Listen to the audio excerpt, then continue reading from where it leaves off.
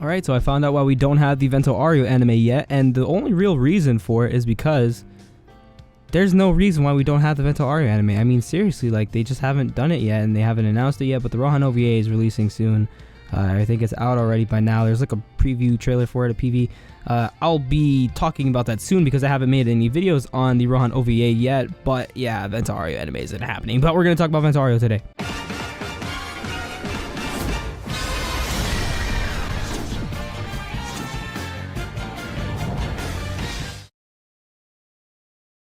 I was gonna do this Purple Haze video first, and that'll probably be on Friday.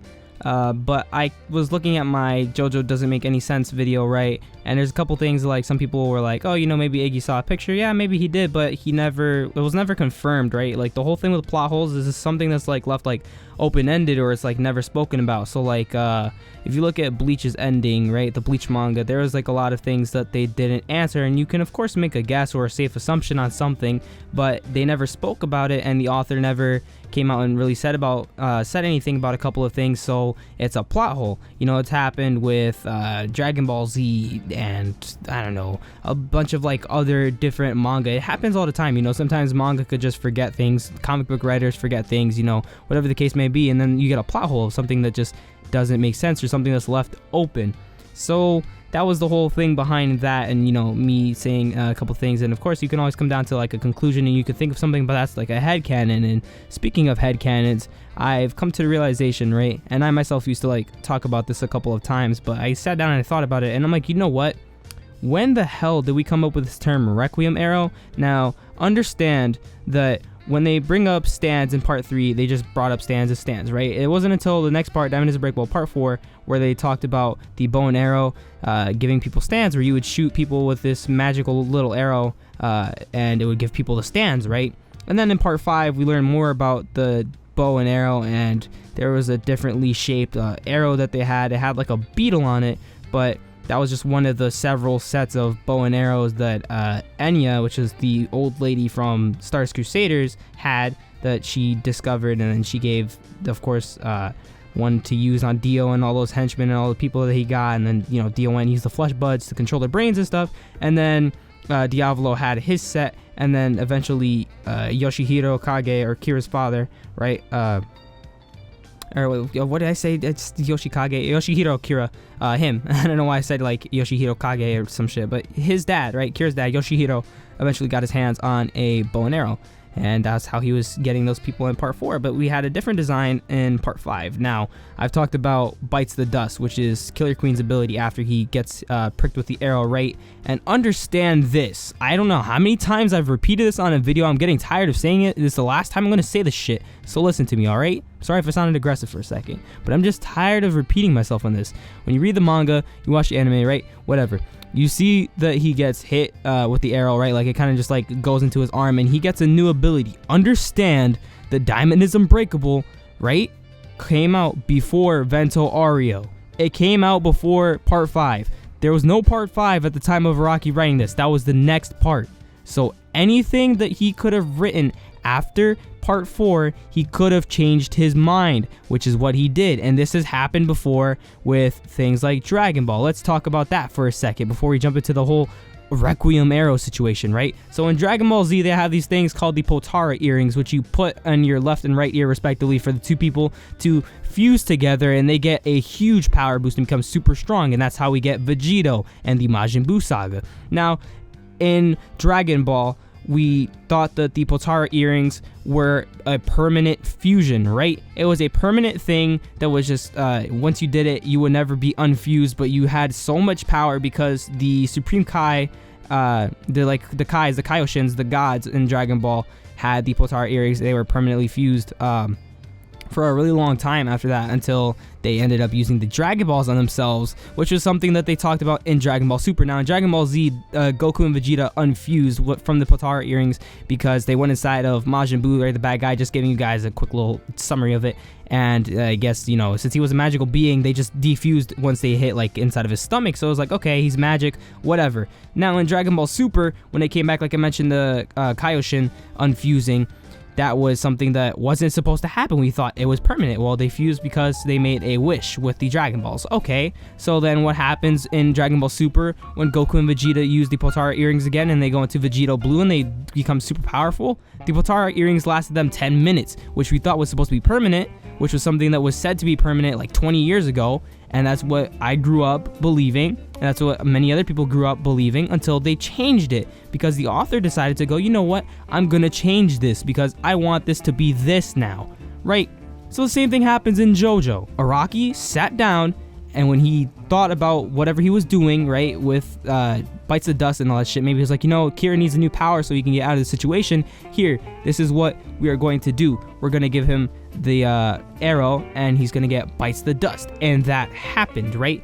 But there was no such things as Requiem stands yet, because that happens in the next part. He didn't think of it yet. So when he got there, he's like, maybe I'll reuse this and it'll be the exact same thing, but now I'm gonna call it something different. He never states in the manga or in any interviews, as far as I know, unless y'all got like some official shit that came, you know, from like a interview with like Famitsu or like something like that, or like a Shonen Jump interview or something with Araki specifically saying, yeah, this is the Requiem Arrow. The Requiem Arrow doesn't exist. It's a fan term that's become popular amongst people just talking about it and speculating things online, and you know, things that people go and look up on the wiki. And again, just don't check the wiki for everything, all right? Like, I check the wiki for a quick resource on when something appears in a manga chapter if I don't remember, or I just go and I go to like Batoto, which is where I read JoJo, and I just check for the chapters myself, and I go and I find my own information by checking the source material, because that's where I know I'll get the correct information from.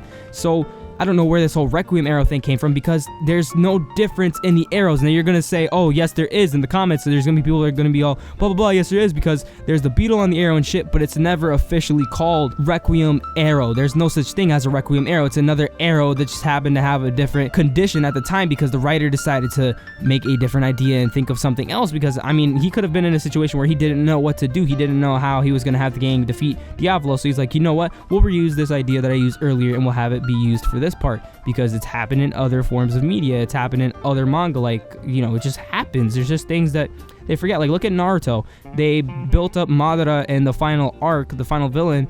You know, he was supposed to be the final villain. They built him up to be such a strong character that Masashi Kishimoto said it himself in an interview. He didn't know how he was going to kill the character, so he kind of just had them come in and bullshit kill him, because he didn't think that Naruto and Sasuke were strong enough to beat Madara. It happens. These mangaka forget things. They're writing chapters on a weekly basis, you know, just putting out a chapter every week. They sit there and they do all this stuff, and they spend so many hours just writing and drawing to put out the weekly manga that we sit here and have the privilege to read. So the Requiem Arrow is never officially stated to be called a Requiem Arrow. It's no such thing as a Requiem Arrow. You can sit here and say that you think that it's that, and that's fine, but that's a personal headcanon. It's not officially ever called the Requiem Arrow. It's just another arrow that happens to have a beetle. And you know what? You know why I might think I have a beetle? Giorno's got beetles on his shirt. Maybe it's just an aesthetic thing, and maybe it's supposed to be a symbolic thing, because you look at Black Sabbath's arrow, it kind of has that same weird shape, and they look different. Again, he could have just drawn it differently. It's never officially called a Requiem Arrow, so please stop sitting here and telling me, oh, it's the Requiem Arrow, blah, blah, blah, this is why it's this, because it's never officially called that. And I understand you guys are just saying this to, you know, inform me, but I was sitting down and I'm thinking about it, I'm like, you know, they never officially called this that, so it's no such thing as it. It's literally just something that he forgot and reused later on, and that's as simple as it is, alright? There's no need for there to be any confusion on that. It should not be like a thing, you know. The Requiem Arrow isn't really the Requiem Arrow as much as people want to think it is. It's not a thing, guys. So just remember that it's not a thing. And again, I've said it before, Diamond is Unbreakable came out before Vento Ario. He maybe thought of a new idea when he got to Vento Ario and thought, I'll reuse this, because manga could do that. They reuse concepts from before. You know, any type of content creator that does anything, they'll reuse aspects of things that they've done before and improve on them, or maybe make a different updated version. Which, speaking of, I'll probably end up doing an updated version of my King Crimson video, because that was like my first JoJo related video that I've made on this channel, because I've had this channel for quite a long time, and I've been around for a long time doing all types of different content. I used to do One Piece and Naruto stuff, and here I am talking about JoJo now, but the Requiem Arrow never existed. It was never called the Requiem Arrow. It's just another arrow, and it's just a fan term that gets brought around and everybody believes is just a thing, I guess, because of the internet, and because the JoJo wiki maybe says that something about this being different and this being different, and you know, this one has a different design. Yes, it has a different design, but it's never called the Requiem Arrow. So with that being said, there's no such thing as it. take it with a grain of salt. I'm literally just sitting here trying to, let you guys know, for the people that aren't aware, of some of the people that might just not be there, that might have heard it from somebody else that wanted to correct me on it, to know that there's no such thing as Requiem Arrow. And I thought it'd be a little interesting to talk about these stand arrows, because the stand arrows are pretty cool. They give you powers, and that's pretty much it. It shouldn't be overcomplicated than anything else, from being a special arrow that you get shot with. And if you don't die, because you're getting shot with an arrow, you take an arrow to the knee and you don't die, you survive, then you get a stand power. But if you don't, then you die. So that's that. Anyways, with that being said, on Friday I'll try to have that Purple Haze video out. I should be finishing it soon, and then you guys will get to watch that and enjoy that. So with that being said, if you're new to the channel, go ahead and feel free to subscribe, leave a like if you enjoyed, comment down below anything else that you would want to hear me talk about that's JoJo related, any other explanations and discussion videos that you want to hear me do, and I'll see if something catches my interest, or if I just decide to make a list of things that you guys want to see me do, and then I'll get around to that, because I like talking about whatever you guys want to talk about most. With that being said, thank you guys for watching, and I'll see you guys next time. Peace.